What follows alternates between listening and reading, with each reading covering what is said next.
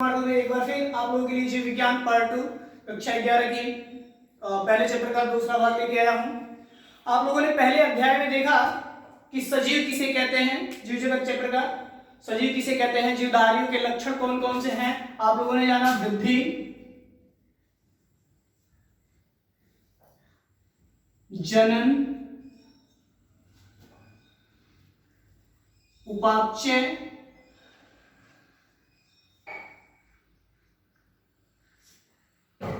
संवेदनशीलता,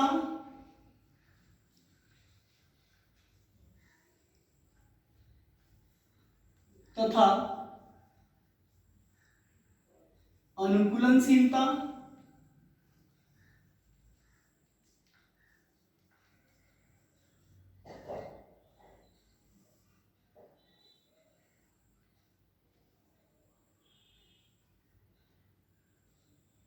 जीवन चक्र,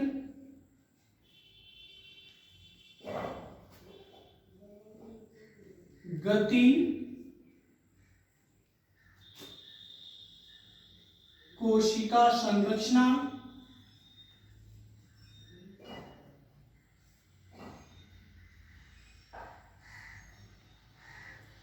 जीवद्रव्य,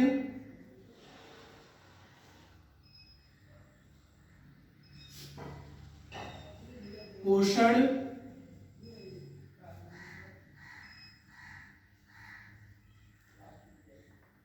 श्वसन,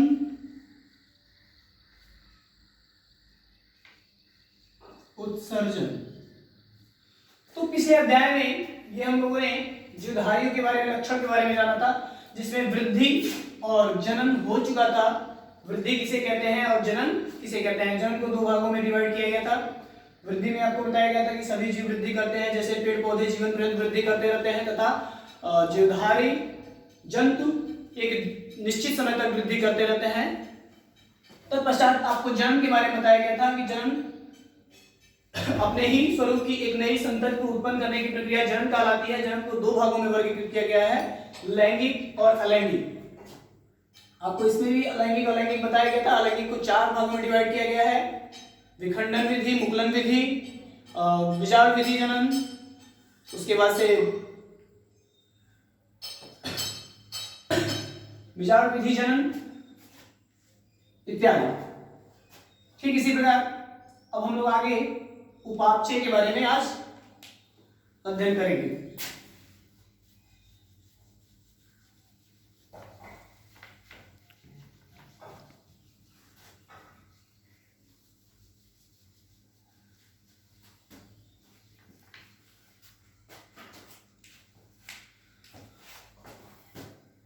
उपापचय, मेटाबॉलिज्म।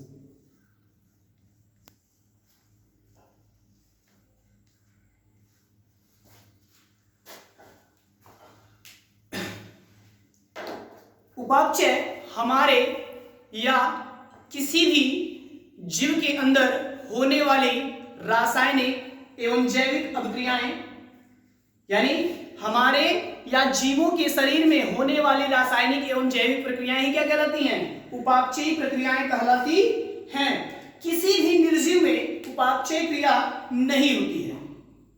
उपापचय किसी भी निर्जीव में नहीं होती है, किंतु सजीव में होती है। जैसे यह प्रक्रिया शरीर के बाहर भी होती है। उपापचय प्रक्रिया शरीर के बाहर स्वतंत्र मुक्त तंत्र में होती है, यानी कोशिका मुक्त तंत्र भी कहा जाता है। जैसे जीव शरीर के बाहर परखनली में तो बनाया जा सकता है, यद्यपि यह पूर्ण रूप से जैविक प्रक्रियाएं नहीं होती हैं। ठीक इसी प्रकार संवेदनशीलता तथा अनुकूलनशीलता किसे कहते हैं? संवेदन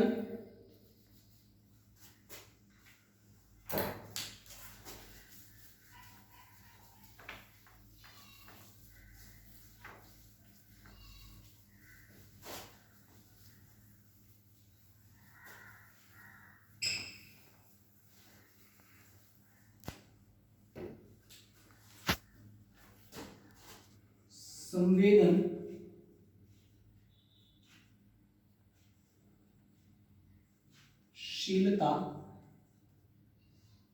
तथा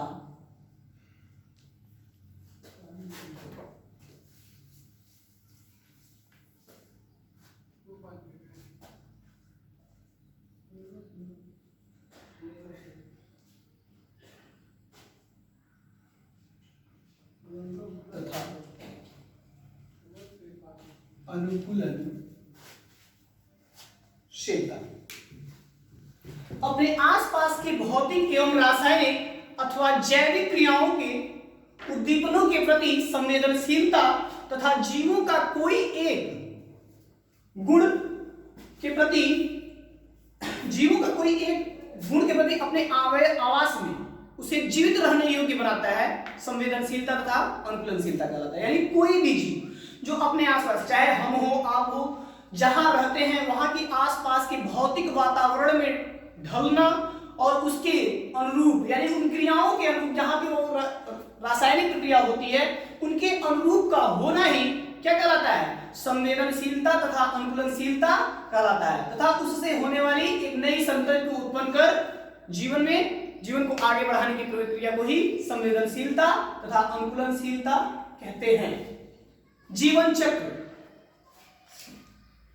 अगला है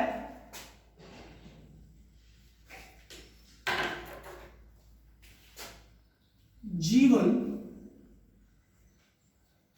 चक्र, लाइफ साइकिल।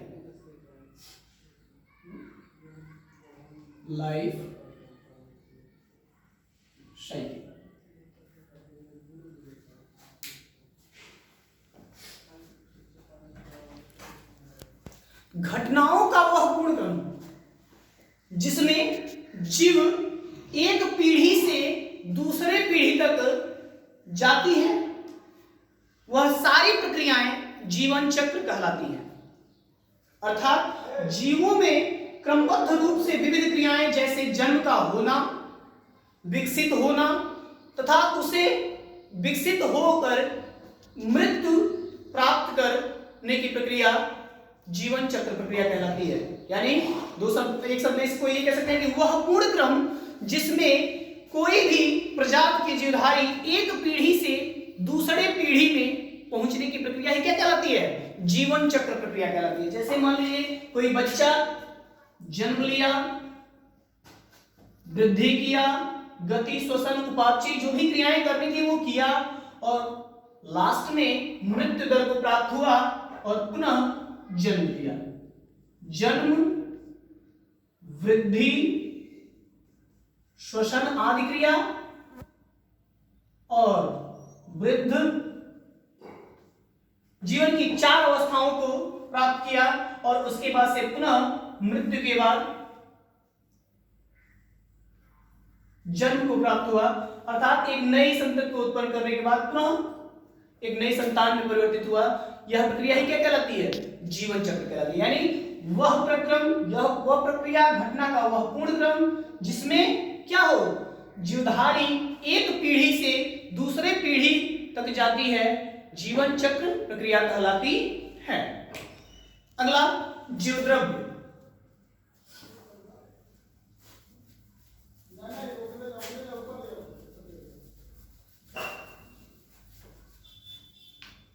जीवद्रव्य,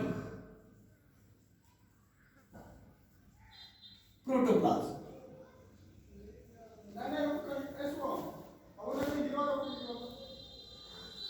प्रोटोप्लाज्म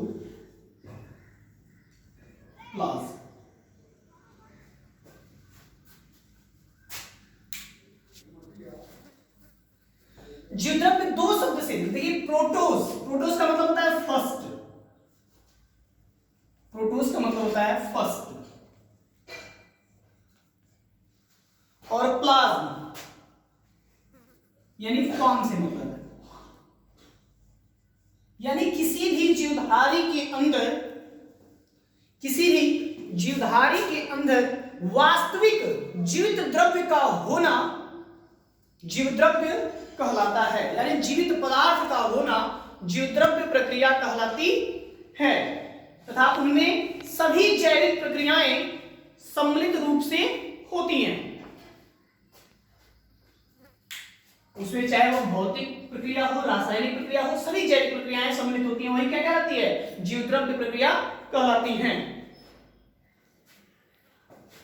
अब अगला कोशिका संरचना।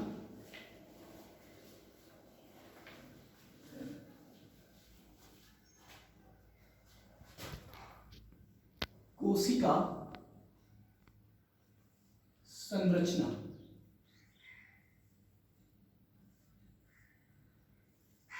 Cell structure. Cell structure